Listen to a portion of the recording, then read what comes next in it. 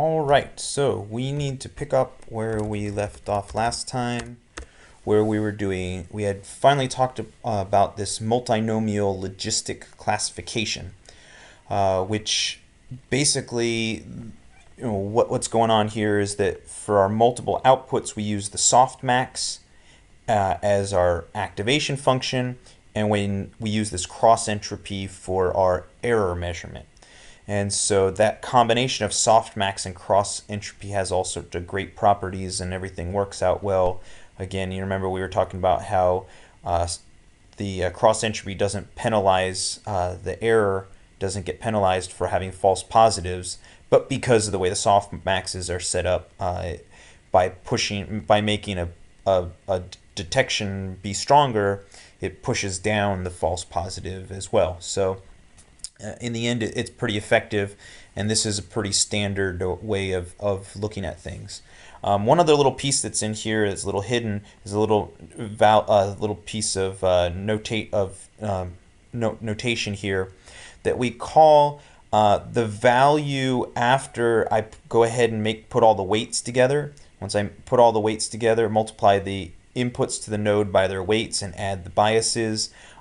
Those things are called logits. Okay, the logits are then passed into the softmax activation function. So the logits are the linear piece, because this is a linear function multiplying essentially by a slope and a y-intercept. So these logits are the linear piece that could be any value from negative infinity to positive infinity, and then they get put into the activation function, which squashes them the way you want them to be so that it'll work out for the error function. So we got logits, we've got the softmax, and we've got the cross entropy. Okay, so how does this work? How do we do multinomial logistic classification? Okay, we're gonna use not the good old scikit-learn, but we're gonna use another tool, another software package called Keras. Okay, and Keras, there's all sorts of really interesting history behind all these different machine learning things. Keras is built off of is sort of a way to make things easier. There were other packages called things like TensorFlow and Caffe and some of these others for doing machine learning, and they're relatively hard to program them. You have to know a lot of details, and you have to take care of a lot of housekeeping things manually, and Keras is a way of very easily going and programming these sort of things. Okay, so here's a code. This code is on D2L if you want to have a look at it. I made this part here pretty small, the part that gets the data ready, and then the part that goes ahead and plots everything. The main part you're going to need to be interested in is all in here, and basically, we go ahead and import Keras. We're going to need some different things like models and layers and optimizers. But essentially, all these Keras neural networks, whether this is going to be a multi-layer perceptron, but even if you're going to do convolutional neural networks, like we'll talk about in the next lecture, you'll need a sequential model. And they call it sequential essentially because sequential is one thing happens after the other. And so in a sequential model, you feed your input into the beginning of the model, and something happens to it in a particular layer. Then it goes to the next layer, and whatever's supposed to happen in that layer happens, and it goes to the next layer, and it goes to the next layer. In that forward pass, it goes sequentially through all the different layers of the network until it gets to the end where you have your output. So we're going to go ahead and initialize, create an instance of the sequential class. So model is a variable that's holding an instance of the sequential model class. So haven't passed anything to its constructor here. And then I'm going to do model add, and what that does is it adds a layer to the model. The model starts off empty with nothing in it, and I'm going to add a model to the layer. It's going to be a dense layer, and that's essentially a multi-layer perceptron where all of the nodes are connected to all of the inputs. Basically, the only way we've ever looked at multi-layer perceptrons. I'm going to have 20 hidden nodes.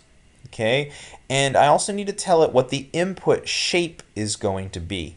Okay, and this problem is going to be a two input problem.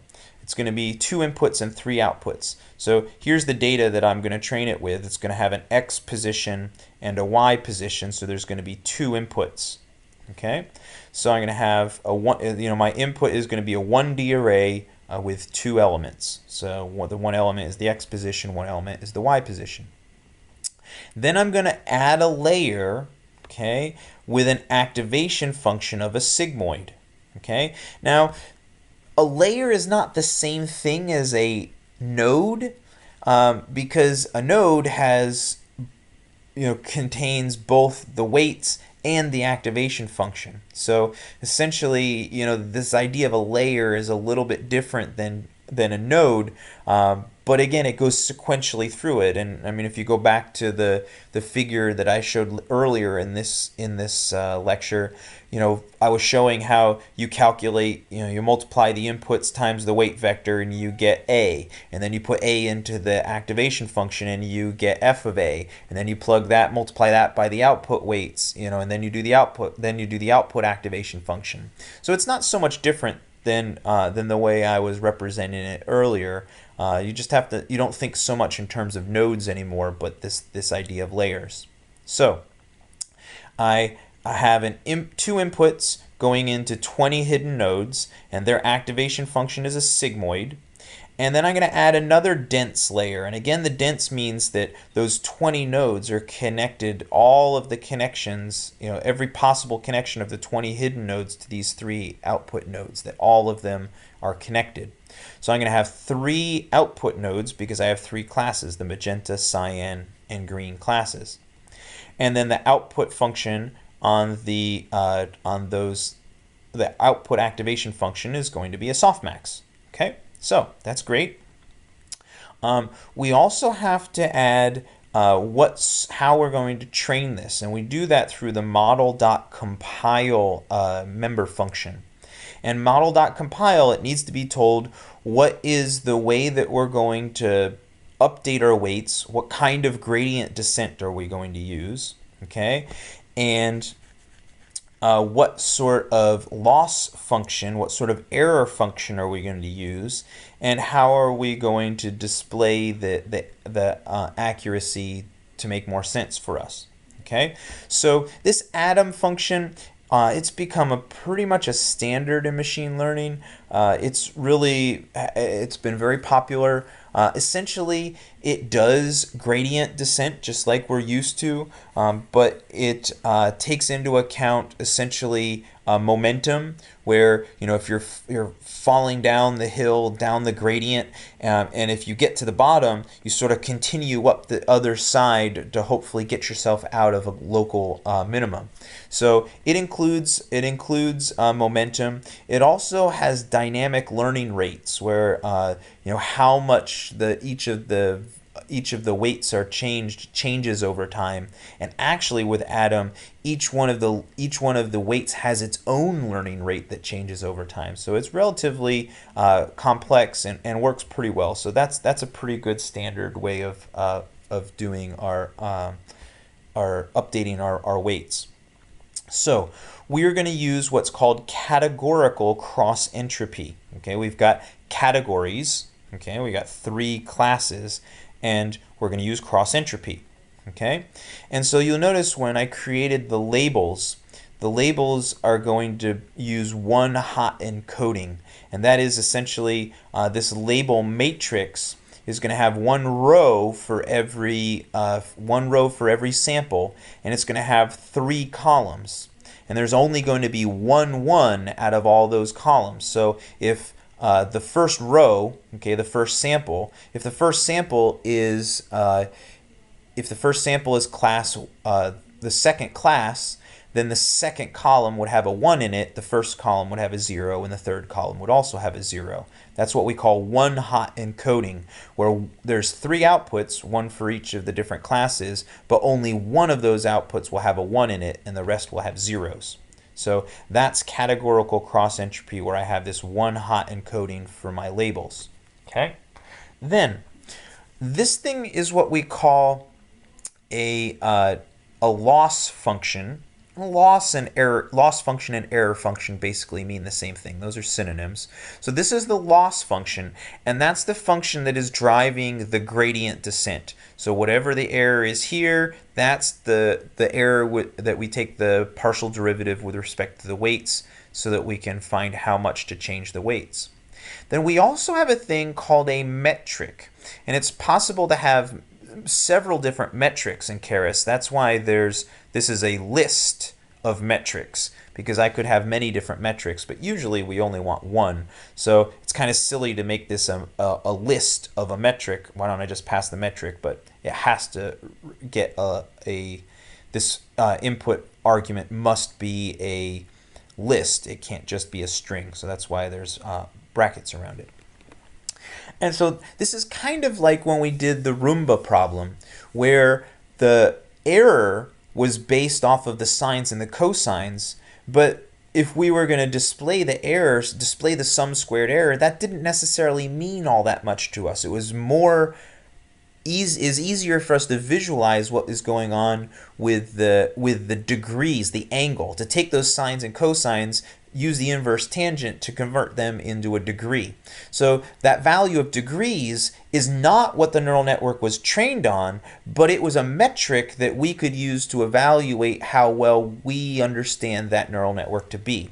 So that's kind of the idea in Keras. They give us the opportunity of having a loss function, what actually drives gradient descent, and having another thing called a metric that is not at all involved in training, but is simply an easier way for us to understand how well things are going. So for example, if they said, my cross entropy is a value of 0.632, you'd be like, well, I don't know, how good is that?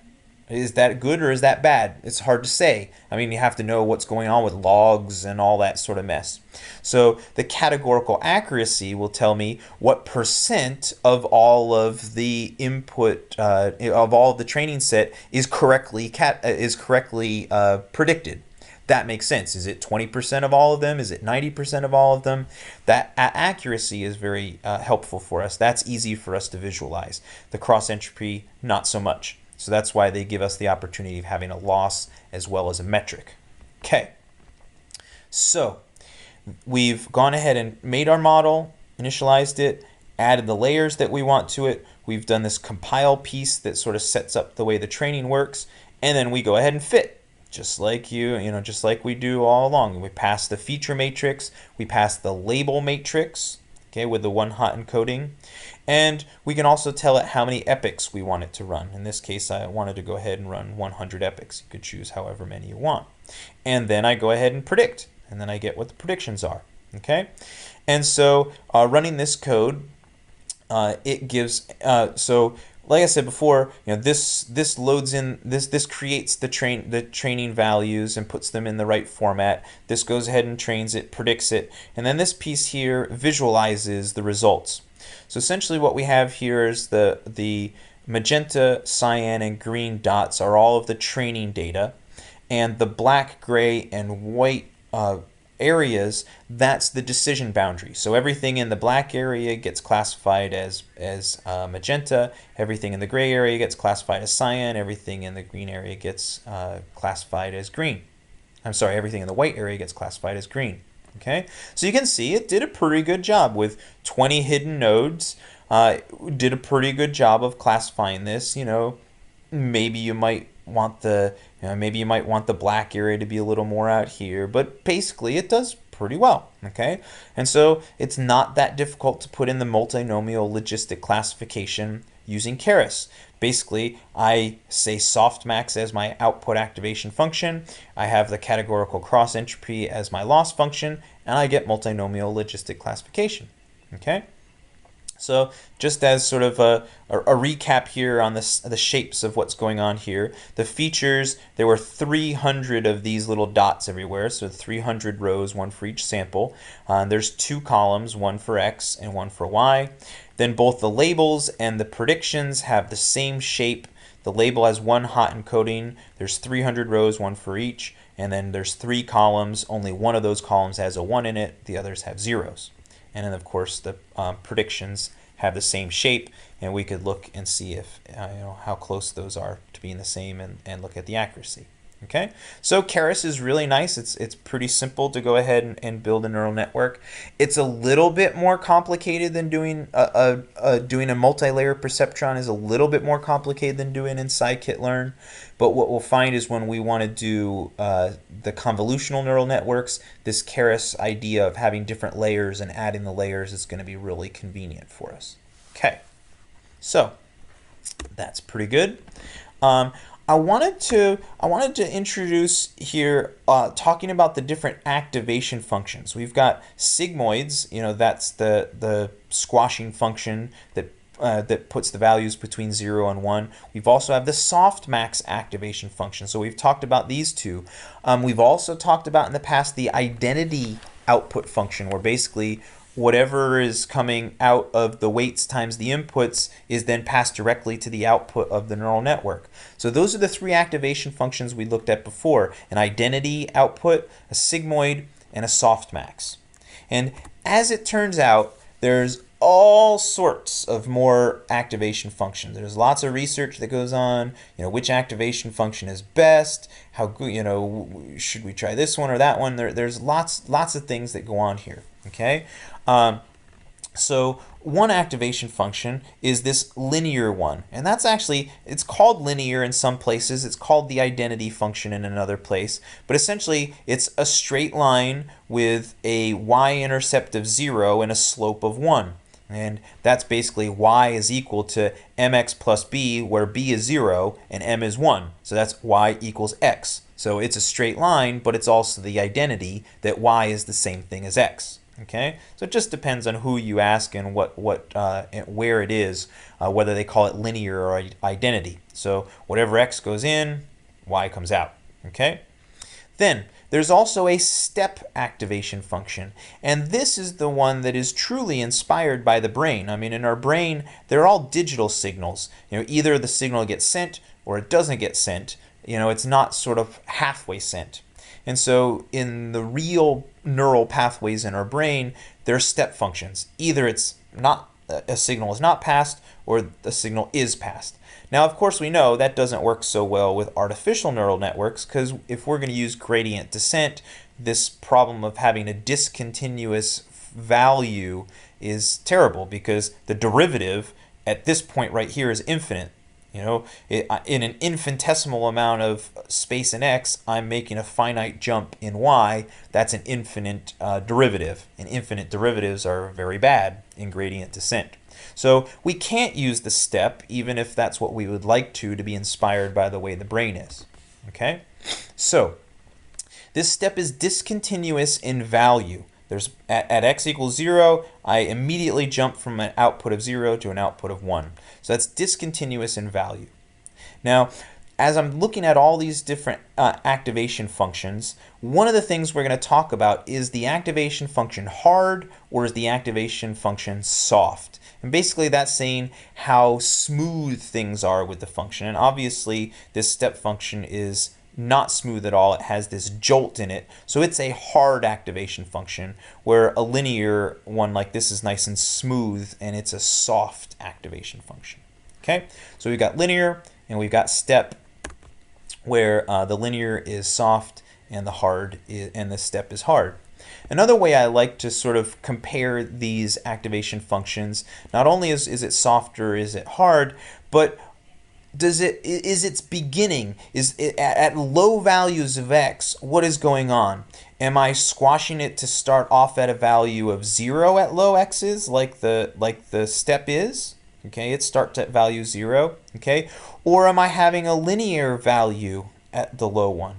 Okay, or am I starting at -1 or different places? Okay, basically all of the different activation functions I'm going to look at here, at the low values of x, either they're linear, or they're -1, or they're 0.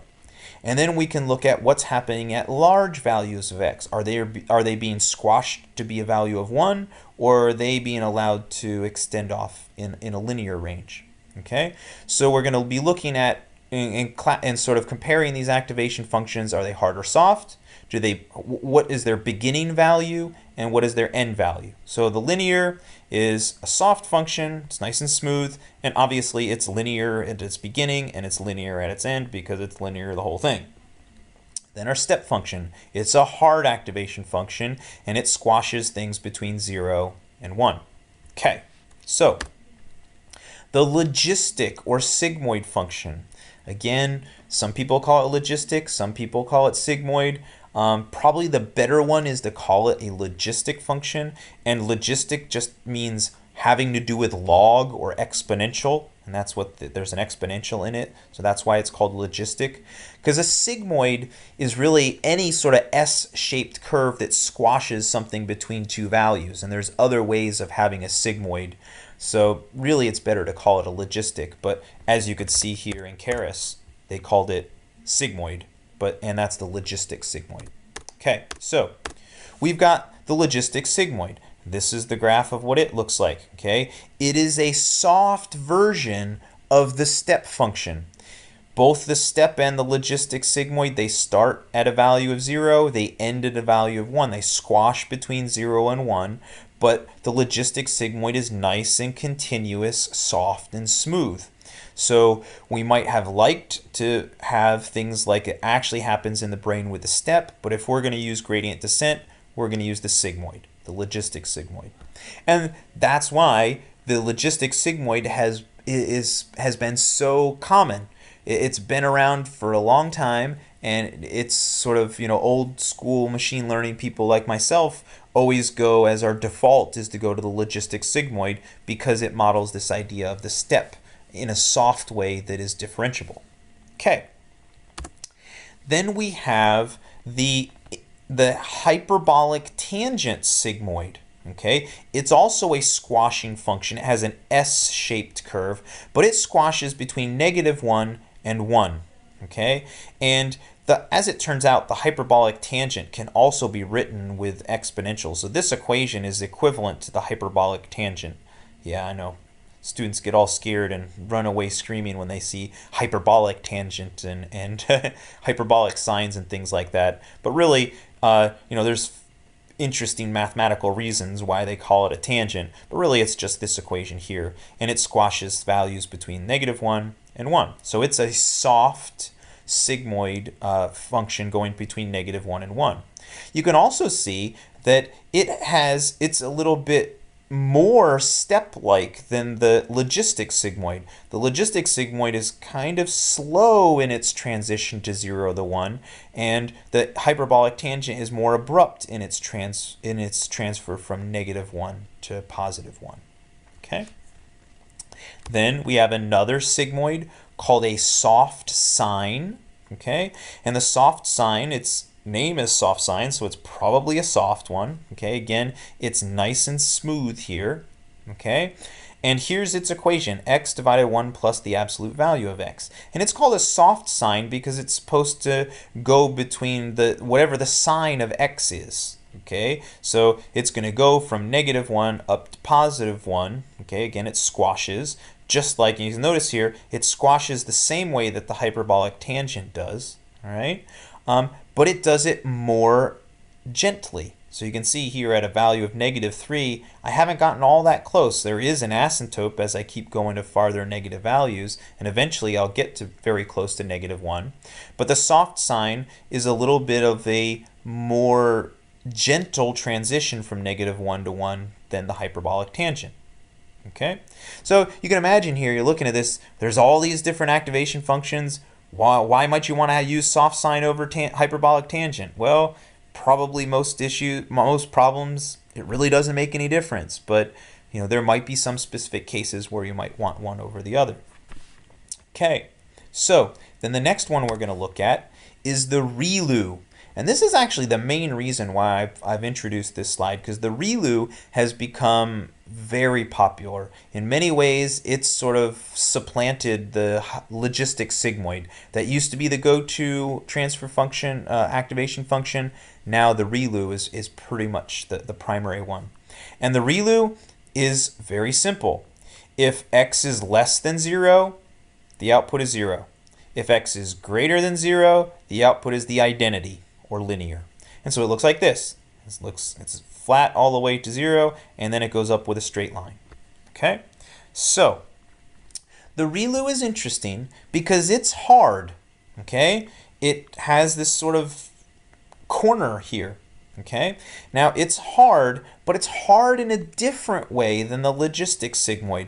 The logistic sigmoid had a discontinuity in value, and a discontinuity in value means I have an infinite slope at that position, and an infinite slope precludes you from being able to be used as in gradient descent. Okay? ReLU, even though it's hard, it can actually still be used in gradient descent because it's discontinuous in slope, but not discontinuous in value. So if I look at this piece here, when x is less than 0, I have a value of 0. So when x is equal to 0, I would still have 0. And this equation here, when I have x greater than or equal to 0, I have x equaling x. So when x is 0, x is 0. So these two things, when I approach 0 from both sides, they have the same value. But obviously the slope here is 0, and the slope here is 1. So I discontinuously change my slope. Here I have a slope of 0, here I have a slope of 1, even though the values are both 0 there. And because I have a continuous value, I still can use gradient descent here. My slope makes a jump from here to here, but it's not infinite. And as long as the slope is not infinite, I can still use it in gradient descent. Okay, so that's the ReLU. It's hard, and it begins at a value of 0, and it ends at an identity or a linear. Then we have the soft plus. And the soft plus, as its name indicates, is soft, and it's basically a soft version of the ReLU. It begins at 0, it ends at linear, okay? And so it is a soft version of the ReLU. Then there's another one called the ELU, or exponential linear unit, okay? ReLU stands for rectified linear unit. The idea of rectify has its origins in rectifying filters, electrical engineering stuff. Doesn't really matter, but if you're curious, that's what it comes from. So it's a rectified linear unit. This is an exponential linear unit. Okay, and the exponential linear unit, that's the red one here, okay, it starts off here at -1 and approaches a value that is the linear. So this part here is exponential. The part of x less than 0 is exponential. The part above x equals 0 is linear. Okay, so once I'm above 0, I'm linear. When I'm less than 0, I'm exponential.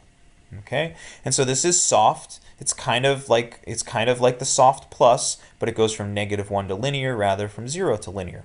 Okay, so I've got a mess of all of these activation functions. Okay, and I'm like, which ones do I choose? And I used all of these because all of these activation functions are available in Keras. So you could choose any of these activation functions if you want.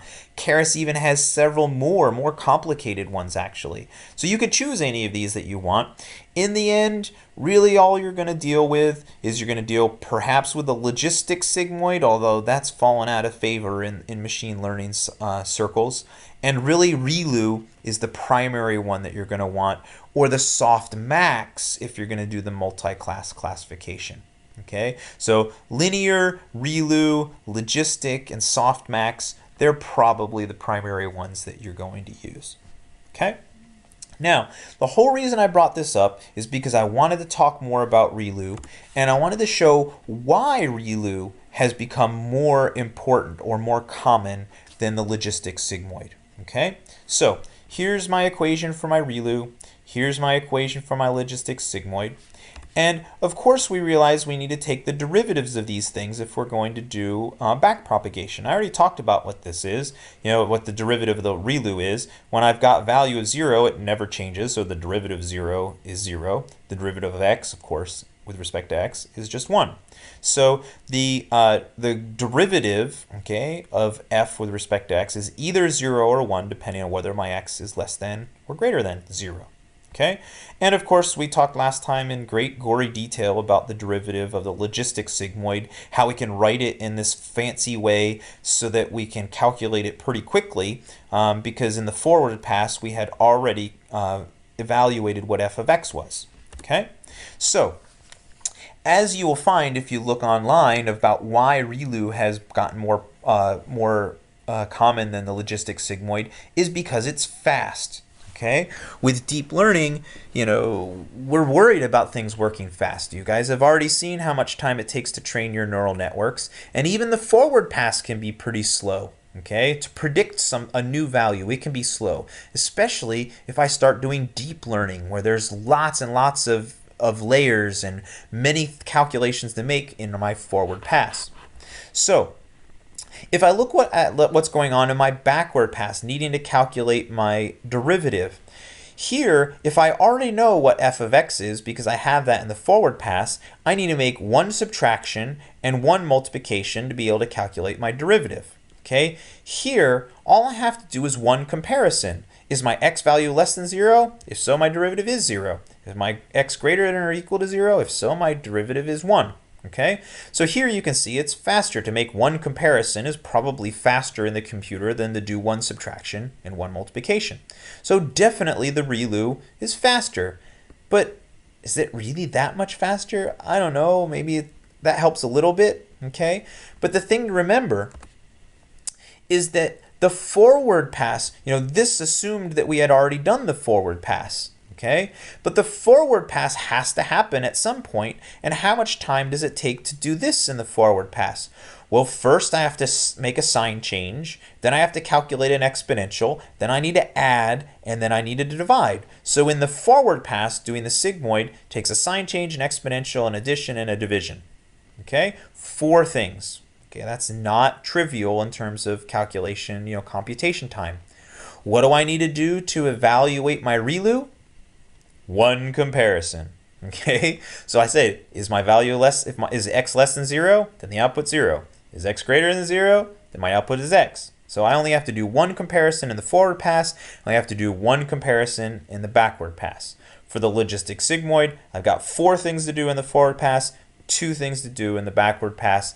Now we're starting to see how the ReLU can be much faster than the logistic sigmoid. Okay, so I only have to do 2 comparisons, 1 in each pass for the ReLU. Now, I need to do a forward pass and a backward pass not only for every value, I need to do that for every hidden node, because every hidden node has an activation. Okay, so every hidden node I have to do a forward pass through it and a backward pass through it. Okay, but not only for every node, but for every training sample. Every training sample has a forward pass and a backward pass. So for every hidden node and for every training sample, I have to do both of these things, where it takes a lot more time for the sigmoid than it does for the ReLU. So if I'm doing a deep learning solution where there's maybe hundreds or thousands even of nodes, and I'm doing something with lots of data, 20, 30,000 inputs, 20 or 30,000 samples on my input, you can see how that ends up compounding. And every little bit of computation time we can save by running with the ReLU is going to really pay off to make things faster. And the amazing thing is that everything worked out. I mean, it doesn't really matter. It works the same. The performance is just as good whether I use a sigmoid or whether I use a ReLU. In the end, all we need is for that activation function to have some sort of non-linearity in it. Okay, and the ReLU does, even though it has a straight line and a straight line, the 2 pieces together is non-linear. This sort of elbow here is not linear. And if you go back to the very beginning lecture that I gave on neural networks, we showed how if we were trying to solve a problem that wasn't a straight line, we had to have some way of introducing nonlinearity into the problem. And there's no reason that we have to have a sigmoid. Any nonlinear thing, basically every hidden node has its own little shape of whatever the nonlinear thing is. And you remember when that very first lecture, we had two S-shaped curves that we put together to try and make that parabola. And when I put 5 S-shaped curves together, we got that parabola pretty well. Well, instead of 5 S-shaped curves, I couldn't put 5 ReLU-shaped things to approximate my function. So it doesn't matter what the transfer function is as long as it's not linear. So both the ReLU and the logistic sigmoid are nonlinear, but the ReLU is much, much, much faster.